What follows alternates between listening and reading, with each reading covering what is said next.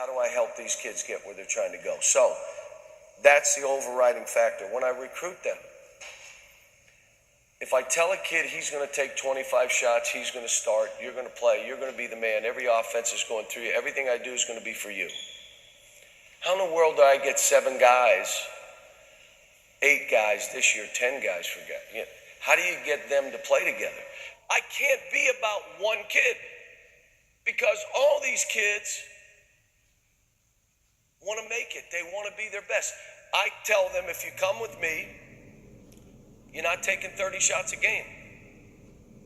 You're not averaging 25 points a game. You can't, because everyone's trying to eat. They're all trying to eat. But here's what ends up happening. If they trust you, and I'm about them and I love them, they'll be about each other. They'll understand we all got to eat. We're all trying to eat. You can't take 25 shots, then the rest of us can't take shots. Now, that being said, Anthony Davis took the 4th most shots on our team. He was the number 1 pick in the draft. Michael took the 5th most shots on our team. He was number 2 pick in the draft. Karl Towns, not even close, was the number 1 pick. I mean, it wasn't. Now, he wasn't at the beginning of the year. We all know where that. It was anointed who was going to be the number 1 pick. My kid got it because he got better, but he took the 4th most shots on my team. He was the number 1 pick. Willie Cauley took the 7th most shots on my team. I had a manager take more shots than he took. Number 6 pick of the draft. So my point being, they figured it out. If we do this together, we can all eat. But they got to know I'm about them. Okay, look, I'm there to win basketball games. It's a byproduct of what I do with these kids. Let's be real. Do I win any of these games?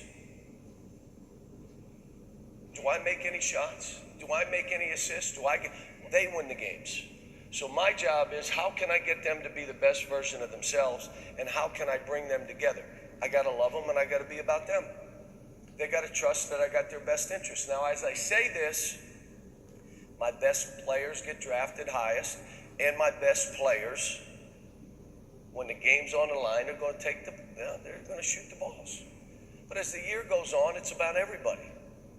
So in all my years, I've done this 25, 30 years. I'm getting old. I used to be the young guy in the room. Now I'm the old guy in the room. 5 guys in double figures. 5. Bad teams, 4. My really good team, 6 guys in double figures. And you know we're not scoring 105 a game just jacking balls. The idea is, how can I get everyone to do this? Game's on the line, my best players are shooting it. Just how it is.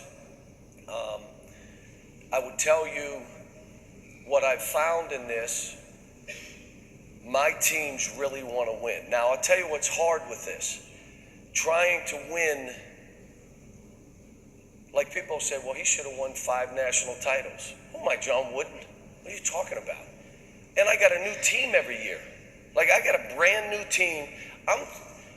This year, I may start 2 guys from last year and 3 new guys again, 3 freshmen. So what we're doing, these kids are dragging us. It's not me dragging them. So I would tell you, for me, it's amazing in life. If you become about everyone else instead of yourself, you become about them, life becomes easier. The greatest joy for all of us is when we do something for somebody else. That's how you create joy. Well, the greatest feeling I've ever had, I coached at the University of Kansas as an assistant. Do you remember back in the day, a little bit before Danny Manning, we had a kid named Cedric Hunter. And I want to know if any of you have ever felt this way. Cedric Hunter came from Omaha, Nebraska. He jumped center in high school. You know, we were playing him to point guard, and I used to work with him every day before practice and gave him some stuff, you know, inside out, because he was so athletic and so fast and really smart. It was great. Did it. So then one day I said, okay, inside out, as you're driving, ball fake, shoot a layup. Like, this was like, I opened up a new world for him. because he was so boom, boom, boom, boom, here I go, layup. So we're playing Kansas State the next day. I said, don't be using this move now. You just learned it. I was working for Larry Brown at this time. I said, Coach Brown is seeing this. If you run somebody over, he's going to be ticked at me, so don't be doing it.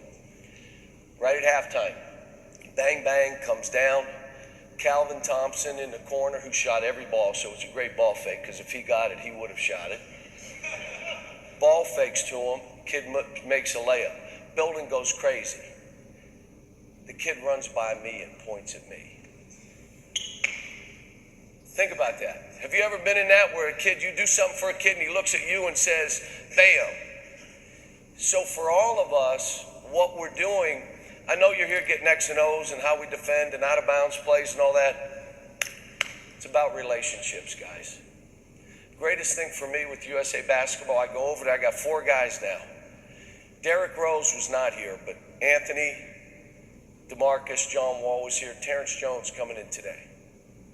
To be able to get with those guys, knowing what we all went through, how we all sacrificed for each other, that's what this is about. It's about relationships. And then it comes back to you as a coach. How do I help this young man or woman become the best version of themselves? It's not just on the basketball court. Because this game is about being a teammate. How do I teach them how to be a great teammate? Part of it is you got to share, you got to sacrifice for each other. You got to take great satisfaction in the other guy's success. They ask me, when you go out and recruit, what do you look for? I look for players, one, that have the talent and ability and the physical ability, but I want to know, does a guy help people get better? If he doesn't help the other guys get better, I'm looking at him like, okay, maybe not, maybe so. And our jobs are just to help them become the best version of themselves. I mean, making sure you're doing things where, even at a young age, they figure out the joy of doing for somebody else. Not only in the basketball court, off the basketball court. The great joy of doing for somebody else. If you make your life about everybody else, life becomes easy. And you know what? You do more, you make more, you have more joy, you live longer. Just how it is. If you make life about yourself and you're just grabbing, there's only so much room in that casket. And I can tell you, as I go forward with me, my tombstone will not have my record on it. And at the end of the day, the legacy we all leave is, what are we doing for these young people? Now, I'm going to throw this out, and I know people get mad when I do this, basically because they can't say the same things, but at this point, current contracts in the NBA, our guys have, it's almost $1 billion. $1 billion in contracts. That's not shoe contracts, endorsements, nothing. Current. 30 years ago, I'm talking right now in the NBA. You know what my goal is? Before I retire, what do you think my goal is? I need to win more national titles, and I want to win every one, to be honest with you, but that's not why I'm doing this. What do you think my goal is? Hall of Fame. I hate to tell you it's happening. Thank you. What's that? Say that? Undefeated is one, but this one's bigger. I do want to go. You know why I want to have a team that goes undefeated? They say it can never be done.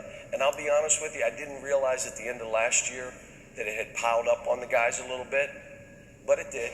And if I had to do it over, we probably could have lost the game and won the whole thing. But if I'm ever in that position again, I'm trying to win them all again. Could care less. But that's not it. What do you think? I've got a few more years. Look, everybody else is coaching until 70 now, so maybe I will coach longer than I really plan on coaching. I want to have half of the NBA All-Star game playing for me. They played from half of it. That's 12. Right now, we're at 4, and they're all young. Now, you think about that. If that happens, how many games will I have won between now and the time I retire? If I go to be able to go to an All-Star game and 12 of the guys played for me. Do you understand the other way of working this? Like, I'm not worth this. Let me ask you something. when I leave Kentucky's program, how's it going to be? It'll be fine. And 50 years from now, the University of Kentucky will be fine. I impact one thing right now. What is that? Those kids. That's it. And what they do for me is, come on, man. Have you heard any of our guys interview? Did you see the Carl Towns interview? Because people want to paint, well, these kids are one and done. They don't care about school. They're this, they're that. And then you hear them speak and you say, man, this doesn't match. These kids are really smart. These kids are great kids. These kids, John Wall and DeMarcus, their second contract, gave $1 million back to charity, and they were both poor kids. When they signed their big deal, $1 million went back to charity. That's what they learned with us. But here's my point in all this. Your program and what you do, it's about your kids. Then it becomes, how do I get a bunch of these kids together to know we all have to eat? That I'm here for every kid. I'm not just, look, I've been at that point sometimes where you're running everything for one player. But here's my point to you. You're not helping that kid, and obviously you're not helping the other kids. Let me tell you why. In the NBA, the reason my kids do so well, because they understand how to share. How many volume shooters are there in the NBA? I mean, really, like guys that are taking 25 shots. Is it 10? 12, maybe? The rest of them are role players. You're getting your 12. Hey, you'll get 25 every once in a while. You know, there's more minutes. They're not that. So you teach a kid to go shoot 30 balls a game. Well, one thing, he's never coming to Kentucky. He won't come with me. I won't take him. If I see a volume shooter and I think, I'll sit him down. I'll say, you know, you really want to come with us? You know you're not shooting all the balls now. Like, you can't, because you're here with 7 other guys just like you. This year, can I tell you what happened? And it's been used on us in recruiting, that's fine. I mean, do you really think people are going to cheer for me or Kentucky? They're going to use anything they can and say whatever they can, and believe me, they do. But 4 kids decided to come back. Never thought Willie Cauley would come back. Alex and the twins. So when they came back, I ended up with 10 guys that all could play. 10 guys. Can I tell you, all 10 will be in the NBA. Then you're going to say, why didn't you win? Maybe they're right, I can't coach. I don't know. But the 3 that didn't, Tyler Eulis, he's 5'9", will be in the NBA. Alex and Marcus Lee will be in the NBA. They're just not ready. They were playing, and the other guys were a little bit better. But I had 10 guys. So I had to sit down and say, how do I help everybody eat? Has anybody here ever platooned? Like played 2 units? Look around the room. I never did. So we have 1 out of 150 of us. Has anybody ever tried to play 10 guys at one time? From maybe a little bit, and your team sucked, right? You said, there's no way. I can't even remember. I forgot it. Did I put you in? Oh my God, I forgot.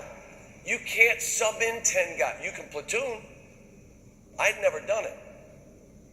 But it was the only way I could figure out to play 10 guys. And everybody said, you can't do it. He'll never win a national title. And they're right, we didn't. We did win the first 38 and had a chance to win all 40. But that's why we did it. It wasn't for me to be a genius. I may never do it again. And the only reason I do it again is because I get 10 players that all deserve to play. So what we ended up doing, they had to share. You had 10 guys that came together and agreed, we're going to share, we're going to play for one another. And we had a goal at the beginning of last year to get 8 players drafted. That was our goal. Now, 6 got drafted and Aaron got it in a 2-year deal, so 7 of them are in the NBA, and Alex got hurt. Well, yeah, but you didn't win 38 in a row and run. I mean, again, I'm not changing how I do this. And if I lose a team every year and those kids are doing well in the league, then it's back on me to figure it out. And that's what I'm trying to do. Now, that being said, I kind of bounced around a little bit. Are there specific questions about things that that I would do to try to bring a team together? Yes. How did you manage your time? Your team is a whole thought. Sit them all down and say, hey, look, this is what we're going to do. Well, I was able to go to the Bahamas in the summer and started it and sold it. Now, you understand I had to sell this. How many of you are parents that you have a son? Okay. Let's say your son is a potential lottery pick. And he's playing, look, people are already laughing. And he's a potential lottery pick and he's playing for me. And he's not starting. He's not starting. Devin Booker. Would you be okay with that? Would you trust me? Well, obviously with results you'd say yes, but put yourself in that position. Would you trust me? Most people, it's hard. It's hard. I mean, I remember walking out of South Carolina, Carl Towns' mother was so mad at me, she had smoke coming out of her ears. And she's looking because her son played 14 minutes and played like crap. Should have played about 8 minutes. And as I walked off, I saw the dad, and I just walked off, didn't say a word. I just gave her a big kiss on the cheek. And then I just kept walking. And at the draft night, she still remembered that kid. Think about this now. These kids gave up something. Did it in Bahamas. I hired, again, you say we can't do it. I hired an analytics guy so that we could be more about efficiency than volume. See, defensive playmaking is what they're looking for. I'm looking for it. Defensive playmaking is blocks, steals, deflections divided by your fouls. In the NBA, that they pay big money for that guy. And for a college team, you have that guy, a defensive playmaker, you're winning most of your games. So we really promoted that. For our bigs, we promoted 1-to-1 turnover to assist. You don't have to be 3-to-1. You just can't be 1-to-3. 1-to-3 means you stink. You can't play basketball. You stink. 1 assist to 3 turnovers, you should never bounce it or pass it. So now we're selling 1-to-1 analytics, and every game, those stats went to every NBA team, and they knew it. I did a combine, which I'll do again this year. Why do you think I did a combine to start the year? Oh, he's coming up with... I had to sell these guys that I was about them, and I'm making this about you, and all 30 teams are coming in and it's on TV and they're going to look at you as they would in Chicago after the season. That's why I did it. Doing it again this year. Oh, it's for recruiting. You know what recruits for me? 31 players in the NBA not winning. 31 players in the NBA. $1 billion in contracts. Derrick Rose, the MVP, gold medalist, first round lot. That's what recruits for me, not a combine. Combine doesn't recruit for me. That was for those kids so they could see that I was about them. And then I really rewarded the guys that were sacrificing the most. If you're going to do what I do, who would you have to be hardest on? Who, if you had 10 players, from this kid's really good and this kid's pretty good and they're all, who would you have to be hardest on? Say it again. The best kid. I killed Carl Towns. I killed Carl Towns. Called him at my house one day and I said, this season's going to be rough, kid, and here's why. I got to be harder on you than everybody else. And there's times I'm going to be hard on you and I have no business being hard on you. But if I'm going to be able to do this and you're going to be the number one pick, don't listen to all these other people, because I'm going to teach you to play pick and roll defense. And you're going to guard and block shots. You're not shooting threes like you did in high school. Coach, you don't understand my game. I do. That's why you're not shooting threes. You're going next to that basket, and you're scoring next to that basket. And then you're going to make your free throw shooting. You're making those free throws. They're going to think you're the best player in the world. You don't have to do all that other stuff. But here's what it is. For our team, you got to accept that I got to be really hard on you. For the first time, normally when I go into a locker room and I go, all right, guys, who am I being hardest on right now in the first 2 weeks? You'll have 8 guys raise their hand, normally. This year, Carl raised his hand, raised his other hand, and everybody pointed at him. They knew that's who I was on, but I had no choice because I knew at the end of the day, he was going to be the kid. And I had some returning players that had to know he's tougher on him than he is me. So those are some things that I think you really, if you're doing this, you got to be tough. You know, guys want to let their best player do whatever he wants, shoot the balls and not have to defend and do all that. Hard, man. Hard on those other guys. And I'll say this. You can't really do what I'm doing. You could play 2 or 3 guys and let those 2 or 3 shoot all the balls and the rest of you don't do it. Over a long haul, it's hard because I just think it's harder to do it that way. You can, but you may have a team that doesn't have 8. But some of you are young. You don't know who's going to be good or not. You're coaching young kids. You don't know. So you got to coach them all like, hey, I'm going to coach you all like you're making this. Somebody may grow. How about this one? Dude's 12 and he has a beard. I'm just telling you, he's probably not going to grow that much. That's who he's going to be. Okay? So you look, you're laughing because you say, I coached that guy. I coached him. Yes.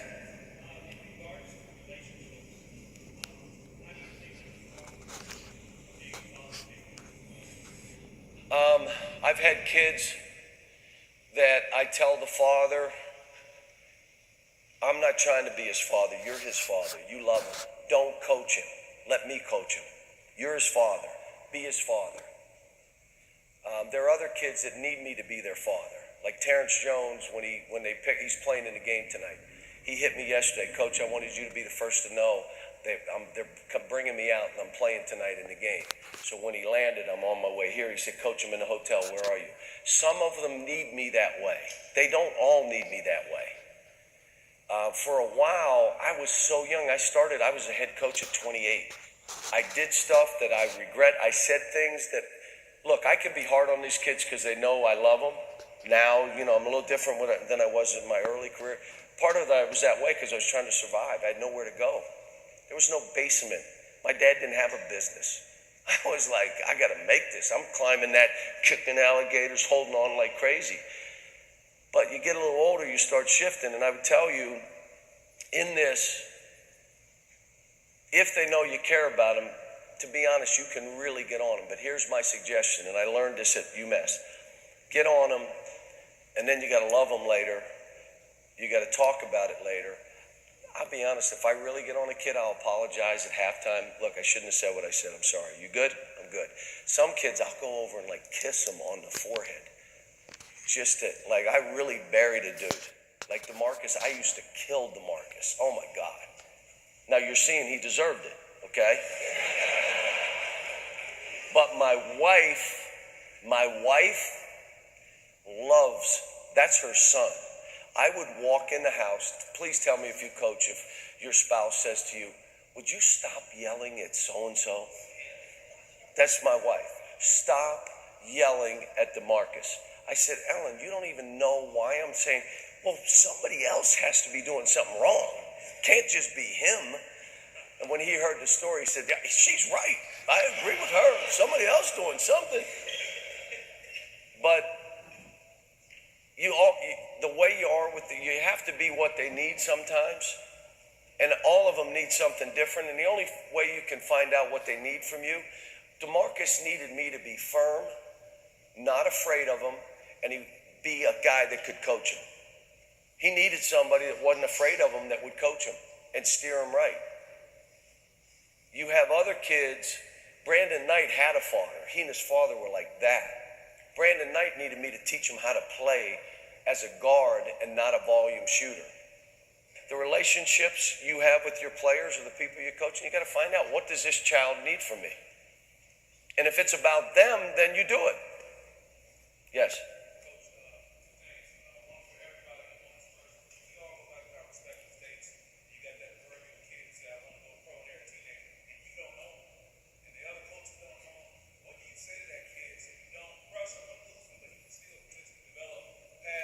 Did you hear what he said? You're dealing with the 15 or 16-year-old that says he wants to be in the NBA. Here's a real easy thing. What I tell all these young kids when I talk to them, don't worry about 5 years from now. What you can control is right now. Let's talk about how you're going to get better. What would the best version of you look like? We can't tell if you're going to grow, if you're going to do all those things, but I do know this, you can be the best version of yourself. Let me tell you, my own son. My son's 18, he's playing at a prep school. He chose to leave Lexington because he wanted to make his own name and didn't want my name. He wants to be, the greatest day for me will be when I'm Brad's dad versus that's Coach Cal's son. Okay, so he goes to prep school. And now all of a sudden, my wife, who every morning, get up, you're going to be late, at night, you're not doing this, that's done. You're on your own now. This game now, he had to get his body right. He had an ACL tear. So now he had to do this. His body weight and body fat percentage has gone down. His weight has gone down. He's in the gym 3 times a day. He's training with our guys. And you know what? I can promise you one thing. He will never be Anthony Davis because he's my son. He's going to look like this. He ain't being Anthony Davis. But I don't want him to be Anthony Davis. I want him to be the best version of himself. Now, the funny thing, he's talking now, he may want to walk on with me. And my wife said, if he does, you're not leaving. You will stay here until he's done.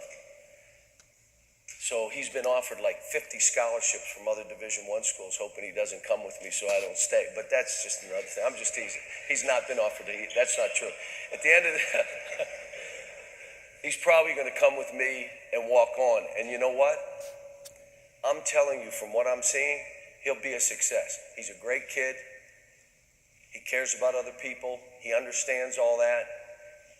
He's a gatherer.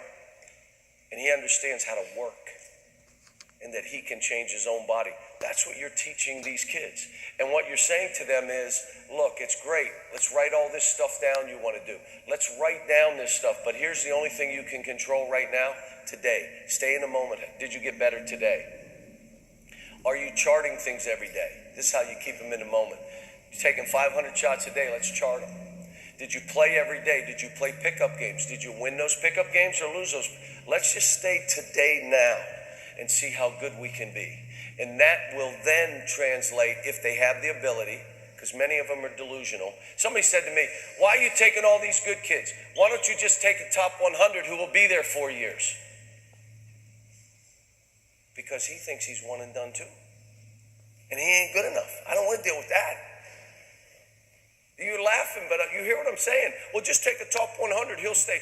If he comes with me, he thinks, who thinks they're going to be in the NBA? I had 2 walk-ons raise their hand last year. I mean, you're a walk-on, man. Come on, man. Don't raise your hand. So,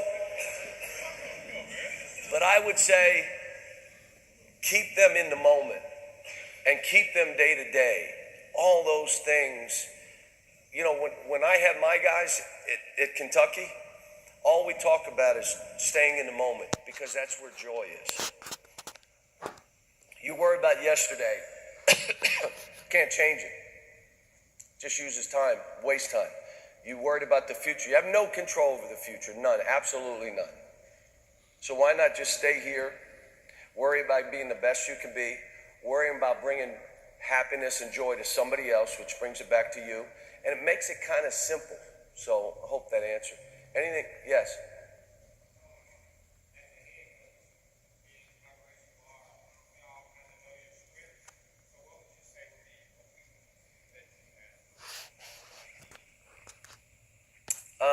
Weaknesses. I'm a very humble guy, so let me think for a minute. One, I don't communicate as much as I should with the guys. I try to have a table in my office where if I want to really have some dialogue, I sit there instead of my desk. But I'm still not where I need to be with communication. Sometimes it's a one-way communication. Sometimes it needs to be. Like sometimes it needs to be one way. Listen, boom, boom, boom. Most time it needs to be both ways. The second thing I will tell you, I raise the bar high and really drive these kids because our thing is like it's on steroids. It's fast. You know what I'm saying? I don't have the trains moving. So we push, and again, the bar is so high and I'm pushing so hard, sometimes I can get a little bit mean. I try not to make it personal, but I do. And I'd say the last thing for me, something that I got to get better at, again, all of us have to get into this thing that there's things bigger than us. And for me, and what's happened for me, this stuff that's thrown at me, sometimes I get away from that and I think I'm bigger than I am. Understand, my grandparents came through Ellis Island and did not speak English. My father was a laborer. We're the first college educated in my family. I like to tell that story. You know why? Because I like to remember it. My sisters and I, first college graduates. My child, all three went to college for different things. And my daughter, my oldest daughter, is a doctor. Can you imagine? That's how this is supposed to work. Don't you want it better for your children? And then you want their children to, and that's how we're all working. For me and this and what I do, you can imagine how I could get full of myself, and sometimes I do. And I try to guard. I go to Mass in the morning. I haven't been there in a little while because we've been traveling, but I'm a Catholic, and I go to Mass every morning. I go to Mass every morning so I can make sure I know this isn't about me. It's what I do, so don't know if that answers your question. Sure. Yes.